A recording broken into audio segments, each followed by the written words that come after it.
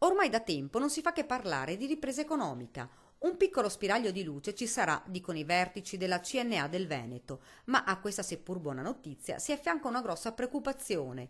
Ulteriori tagli di risorse porteranno ad aumentare IMU e Tasi. Risultato, nel 2015 in Veneto le due imposte potrebbero costare alle imprese ben 136 milioni in più rispetto al 2014. Una pressione ulteriore che rischierebbe di affondare imprese ormai allo stremo. C'è una piccola ripresa, dobbiamo lasciare che questa ripresa faccia il suo effetto anche all'interno dei nostri territori e delle nostre imprese. Guai se i nostri comuni aumentano ancora le tasse per le imprese. I dati parlano chiaro. A causa delle numerose manovre finanziarie, i comuni del Veneto hanno subito una riduzione dei trasferimenti erariali pari a 503 milioni di euro.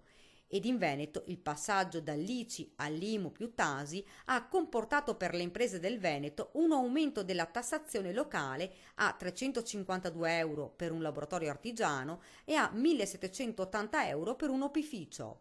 In base ai dati dell'Osservatorio sulla fiscalità locale della CNA emerge il rischio che la copertura delle minori risorse dei comuni ricada in capo alle imprese, già duramente provate dal raddoppio della tassazione rispetto all'ICI.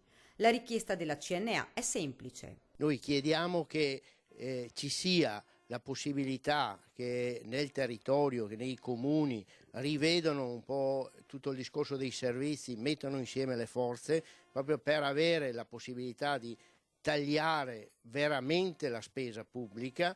Un territorio, quello veneto, sottolinea il presidente, sostenuto dalla piccola impresa che va assolutamente salvaguardata. La parola d'ordine ora è sburocratizzare. Noi dobbiamo ridurla a zero. Provate a pensare, nel 97 si è pensato allo sportello unico, non è ancora operativo.